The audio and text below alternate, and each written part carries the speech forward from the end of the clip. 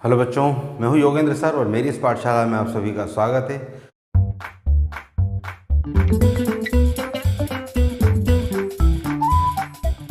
आज हमें एक एपी की प्रॉब्लम दी गई है। हमें पूछा गया है the pth qth and r terms of AP are a b c respectively show that a into Q minus r plus b into r minus p plus c into P minus Q equal zero, है ना।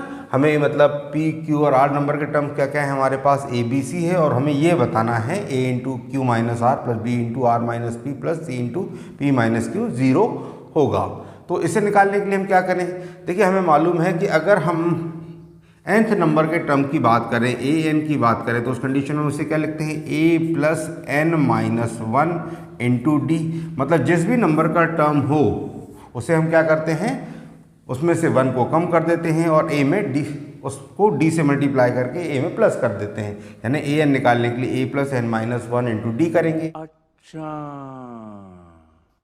तो अगर हमें क्या कहा गया, p number का term, तो पी टर्म क्या हो गया हमारे पास, पी नंबर के टर्म को हम लिख सकते हैं ए, अगर हम इस पी का फर्स्ट हम कैपिटल ए मान लें और डी को डी मान लें, तो ए प्लस क्या होगा, ये P minus one into d, और इसकी वैल्यू हमारे पास में कितनी है, ये स्मॉल ए के फॉर्म में है।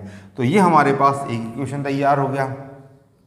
ऐसे ही अगर हम क्यू टर्म की बात करें तो क्यू टर्म को हम क्या लिख सकते हैं, वो भी हमारे पास क्या होगा, a plus Q minus one into d, ये होगा बी के इक्वल। इसे इक्वेशन नंबर 2 लिख दीजिए। और जो आर टर्म है हमारे पास, ये क्या होगा, a plus are minus one into d, और ये हमारा सी के इक्वल। इसे इक्वेशन नंबर 3 दे दीजिए।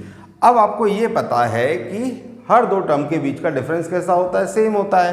तो अगर हम इन दोनों को सॉल्व करें, डी की वैल्यू निकालें, इनको सॉल्व करके डी की वैल्यू निकालें, तो डी की वैल्यू कैसी होगी, सेम होगी।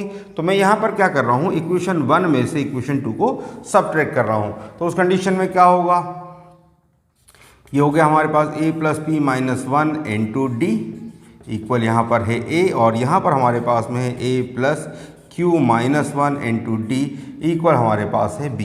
देखिए अगर मैं इसे सब्ट्रैक्ट करता हूँ तो ये हुआ माइनस माइनस और ये माइनस, तो ये ए तो कैंसिल हो गए हमारे पास में।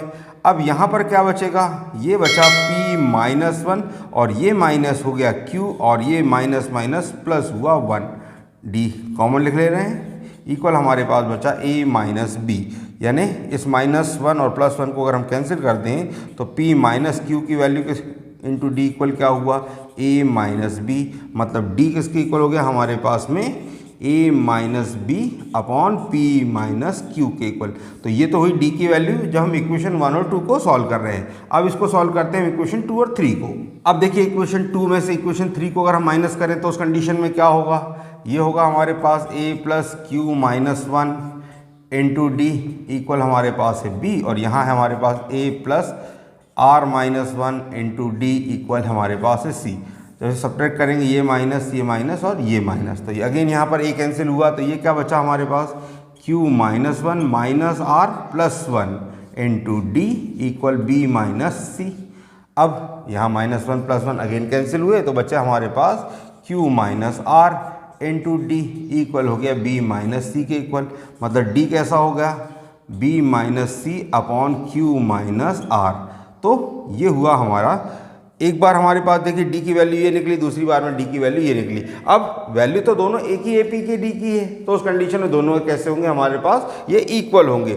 ये बड़ी अच्छी बात कही आप, क्या बढ़िया था गुरु। तो हम यहाँ पर इन्हें लिख लेते हैं। तो क्या हुआ, a minus B upon P minus Q equal किसके हो गया, b minus C upon Q minus R के।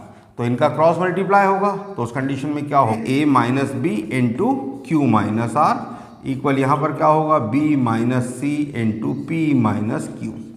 नेक्स्ट स्टेप में क्या होगा, इसे थोड़ा सा फैला दें, तो ये होगा a into Q minus are minus B into Q minus are equal यहाँ पर हुआ b into P minus Q और माइनस सी इंटू पी माइनस क्यू। अब देखिए यहाँ पर a के साथ में हमारे पास क्या लिखा हुआ, q माइनस आर, और यहाँ पर भी b है, यहाँ पर भी b है, तो इसमें ट्रांसपोज कर रहा हूँ, तो उस कंडीशन में ये हुआ माइनस बी, और ये वाला b भी इस तरफ आ गया, सॉरी माइनस बी इंटू क्या है q माइनस आर, और ये यहाँ पर आया तो हो गया minus B into P minus q plus c into P minus Q, और वहाँ पर क्या बचा हमारे पास इक्वल के उस तरफ 0, तो ये क्या होगा a into Q minus R. देखिए इन दोनों से मैं क्या कर रहा हूँ, यहाँ से b कॉमन ले रहा हूँ, और मुझे b कैसा चाहिए, प्लस का चाहिए, तो अभी तो चलिए माइनस b कॉमन ले लेते हैं। यहाँ पर हमारे पास क्या बचा q माइनस आर, और यहाँ पर बचेगा हमारे पास plus p minus q plus c into क्या हुआ p माइनस क्यू इक्वल 0। देखिए a into Q minus are minus B into, यहाँ पर देखिए ये प्लस क्यू और माइनस क्यू क्या होगा, कैंसिल होगा, तो ये बचा हमारे पास माइनस आर प्लस पी और plus c into P minus Q equal क्या है हमारे पास 0। अब देखिए हमको जो कंडीशन में यहाँ पर क्या चाहिए, a into Q minus R already हमारे पास आ गया, प्लस b इंटू चाहिए r माइनस पी, यहाँ पर हमारा b कैसा है माइनस साइन के साथ है, तो नेक्स्ट स्टेप में मैं क्या कर रहा हूँ, यहाँ से माइनस का साइन हम कॉमन ले लेंगे, तो ये हुआ a into Q minus R, और जब आप यहाँ माइनस कॉमन लेंगे तो ये माइनस b का जो क्या होगा प्लस का भी होगा, r बनेगा हमारा नेगेटिव और p हो r हो जाएगा सॉरी पॉजिटिव और p होगा नेगेटिव, तो r minus p plus c into P minus Q equal 0। और देखिए यही हमें प्रूव करना था।